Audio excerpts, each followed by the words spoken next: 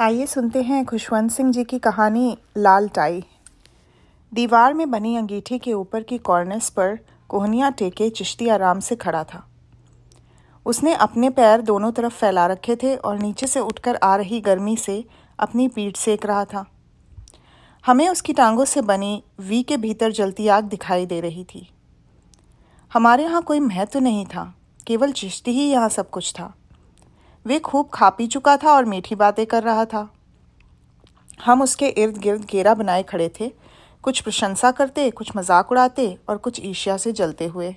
Dinner ख़त्म हो गया था, लेकिन हम जैसे भारतीयों के अंग्रेजियत रंगे लोगों में जैसा रिवाज था, लेडीज़ अभी भी डाइनिंग रूम में जमा थीं। लेकिन चिश्ती जहाँ भी जाता उसे रिवाजों को धता बतानी होती थी। मेज़बान महिला खुद चिश्ती की बाह पर हाथ टिकाए खड़ी थी और हंसी से लोटपोट हो रही थी। चिश्ती हमेशा आकर्षण का केंद्र रहता था। वे हमेशा बोलता रहता था। वे जब भी यहाँ आता एक क्षण भी शांति नहीं रहती थी और दूसरी पार्टियों में यह माहौल ना होना उसे बहुत खलता था।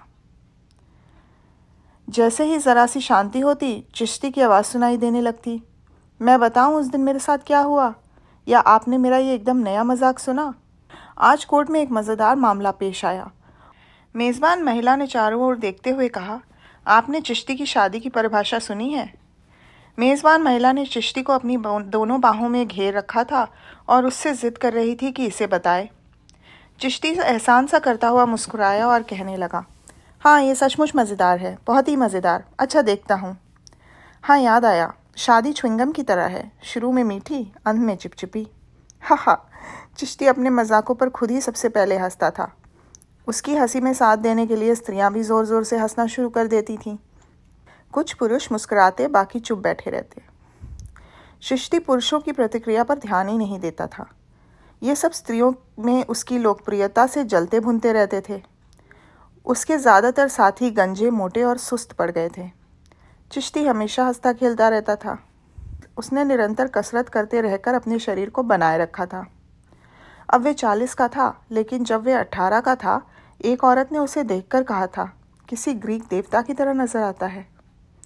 उसके बाद उसने अपना ये नक्शा बनाए रखने का जैसे प्रण ही ले लिया।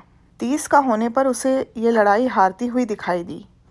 उसका माथा जो पहले जितना होना चाहिए था उतना चौड़ा था, लेकिन अब वे बढ़ता ही चला जा रहा था।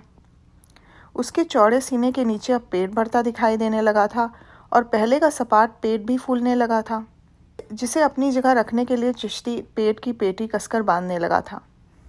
उसके जादुई संबंधों की कहानियाँ पुरुषों में ईर्ष्या से लपेट कर कही जाती, जिन्हें स्त्रियां बड़े ध्यान से सुनती थीं। जैसे उसने किस तरह किसी महिला का हाथ डिनर टेबल के नीचे ही थाम लिया और यहीं से उनका प्रेम संबंध शुरू हो गया।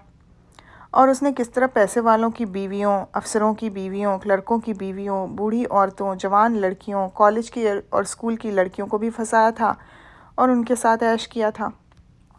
कुछ लोग कहते थे कि ये कहानियाँ पूरी तरह सही नहीं हैं और बढ़ा चढ़ाकर कही गई हैं, लेकिन चिश्ती को पार्टियों में जो देख लेता वे इन पर विश्वास करने लगता। चिश्ती से जब इस बारे में पूछताछ की जाती तो वे कुछ इस तरह नज़र डालता मानो कह रहा हो, और तुम क्या सोचते हो?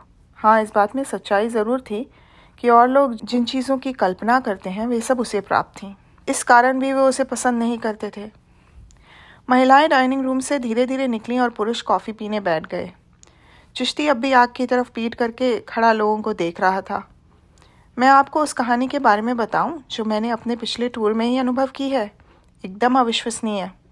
रेलवे स्टेशन पर जब वे आगे की गाड़ी का इंतज़ार कर रहा था, तब यह औरत उसे मिली थी। ये टाई भी उसने मुझे दी थी। ये कहकर उसने अब ज़रा सिकड़ी हुई लाल टाई उठाकर दिखाई। उसके पति की ही हो सकती है, पता नहीं उसके सामने क्या बहाना बनाया होगा। हम सब भी ताजुब करने लगे। उस दिन चिश्ती को दिन में एक शहर का दौरा करने को कहा गया था। उसने सवेरे की ट्रेन पकड़ी और एक फर्स्ट क्लास के डिब्बे में जा चढ़ा, जहाँ वह अकेला था। उसने अपनी अटैची मेज पर रख दी और शीशे के सामने खड़ा होकर अपने आप को देखने लगा। अपनी लाल टाई उतारकर कील पर टांग दी। फिर करीने से कड़े हुए बालों पर हाथ फेरा। वे जानता था कि देखने में वे सुंदर है, लेकिन उसके भीतर हिम्मत की कमी क्यों है? कई बदसूरत आदमी जो हासिल कर चुके हैं वे उसे आज तक प्राप्त नहीं हुआ। औरतें उसके बारे में बातें करती हैं, लेकिन आज तक वे एक को भी जीत नहीं पाया। चिश्ती सीट पर बैठ गया और एक मैगज़ीन निकालकर पढ़ने लगा। ट्रेन स्टेशन से चली और कई छोटे स्टेशनों पर रुकती, जहां गांव के लोग धक्का मुक्की करते उसमें चढ़ने की कोशिश करते। आगे बढ़ने लगी। चिश्ती आराम से अपने डब्बे में अकेला बैठा उपेक्षा से ये सब तमाशा देखता रहा। कुछ समय बाद एक जंक्शन स्टेशन पर उसकी ट्रेन एक और ट्रेन की बगल में आकर रुकी, जो दूसरी दिशा में जा रही थी। उसका अपना डिब्बा दूसरी ट्रेन के एक तीसरी क्लास के डिब्बे के सामने था। ट्रेन में खचाखच भीड़ थी। उसमें बैठे कई मुसाफिर खिड़कियों से मुंह निकालकर उसके डिब्बे में देखने लगे कि उसकी सीटें कितनी शानदार हैं। बेत की कुर्सियां पड़ी हैं और 3 पंखे चल रहे हैं। उसमें एक सूटेड बूटेड साहब आराम से लेटा बाहर देख रहा है। लग रहा था जैसे अपने घर में ही आराम कर रहा हो, जहाँ उसकी टाई एक कील पर टंगी है, दूसरे पर कोट लटका है और मेज़ पर सामान रखा है। चिश्ती अच्छे परिवार में पला था और उसे इस तरह की ताकझाक पसंद नहीं थी। वे खिड़की का शटर गिराने के लिए उठा। इस क्रिया में उसने बाहर की तरफ भी एक नज़र डाली। उसके सामने वाले डिब्बे से लगा जनाना डिब्बा था, जिसमें काफ़ी भीड़ थी। खिड़की पर एक औरत बैठी थी जो एकटक उसे ही देख रही थी। चिश्ती ने खिड़की का शटर नीचे गिरा दिया था और वो बंद हो रही थी, लेकिन उसे देखते ही उसने शटर फिर ऊपर उठाकर खिड़की फिर से खोल दी। फिर उसने अपने बैठने की स्थिति बदली और खिड़की पर इस तरह बैठा कि औरतों को ज़्यादा साफ देख सके। ये औरत उसे पलक झपके बिना देखे जा रही थी। चिश्ती में उत्तेजना भरने लगी। क्या ये उस तरह की औरत थी? ज़रूर होनी चाहिए। उसके बाल भी घुमा घुमा कर कड़े हुए थे, जिनमें चारों तरफ रंग बिरंगी क्लिप लगी थी। आंखों में सुरमा भी नज़र आ रहा था। होठों पर लाल लिपस्टिक थी, वे बराबर सुपारी चूसे जा रही थी। और ये नज़र, अब कोई शक नहीं रहा। चिश्ती ये सब देखकर परेशान हो उठा। फिर उसने सिगरेट निकाली और उसे पीने लगी, लेकिन उसका पीने का ढंग दूसरों से एकदम अलग था। वे हाथ की मुट्ठी से बनाकर उसमें सिगरेट कसे होठों में लगाकर खींचकर धुआं निकालती और फिर मुंह से बाहर छोड़ देती। अब तो बिल्कुल भी संदेह नहीं रहा था और उसने हिम्मत करके उसकी ओर देखा। इसमें कामना भी थी और डर भी था। अगर वे उसकी अपनी ट्रेन में होती तो कैसा मज़ा आता। ये विचार आते ही खून चेहरे में तेज़ी से दौड़ने लगा। वे उसे देखता बैठा रहा। सामने खड़ी ट्रेन ने लंबी सीटी दी और ट्रेन धीरे धीरे आगे बढ़ने लगी। जनाना डिब्बा चिश्ती के सामने आने लगा। चिश्ती का चेहरा गुलाबी हो उठा। उसे लगा उसे कुछ करना चाहिए, कुछ ऐसा कि इस स्थिति के अनुरूप हो। वह औरत अब उसके बिल्कुल सामने थी। चिश्ती ने बड़ी हिम्मत करके और सारा जोर लगाकर उसकी तरफ देखा, बाईं आंख बंद करी और वासना की नज़र उसकी ओर फेंकी और फिर अपनी सीट पर आराम से बैठ गया। उसका दिल ज़ोर ज़ोर से धड़क रहा था और बदन निढाल हो गया था। तभी सामने के प्लेटफॉर्म से चीखने चिल्लाने की आवाज़ें आने लगीं। चौंक कर वो उठने लगा। ट्रेन के ब्रेक खींचकर खड़खड़ाए और कुछ गज आगे बढ़ वे रुक गई। चिश्ती ने जनाना डब्बे की तरफ देखा। वे उसके डिब्बे से कुछ गज आगे ही रुक गया था। औरत ने उसकी तरफ नज़र डाली और फिर वे खिड़की से गायब हो गई। चिश्ती के मन में अचानक ख्याल आया कि कहीं वे डिब्बे में तो नहीं आ रही। क्या वे उसे पिटवाएगी? हो सकता है वे ऐसी औरत ना हो। चिश्ती ये सोचकर तेज़ी से उठा और लेबोरेटरी में घुसकर दरवाज़ा भीतर से बंद कर लिया। कुछ मिनट बाद चिश्ती को अपने डिब्बे का दरवाज़ा खुलने की आवाज़ सुनाई दी। फिर लेबोरेटरी को बहुत पास पैरों की आवाज़ सुनाई दी। चिश्ती ने सांस रोक ली और चुप होकर बैठ गया। उसे लगा कि बहुत समय बीत रहा है। अंत में गार्ड ने सीटी बजाई।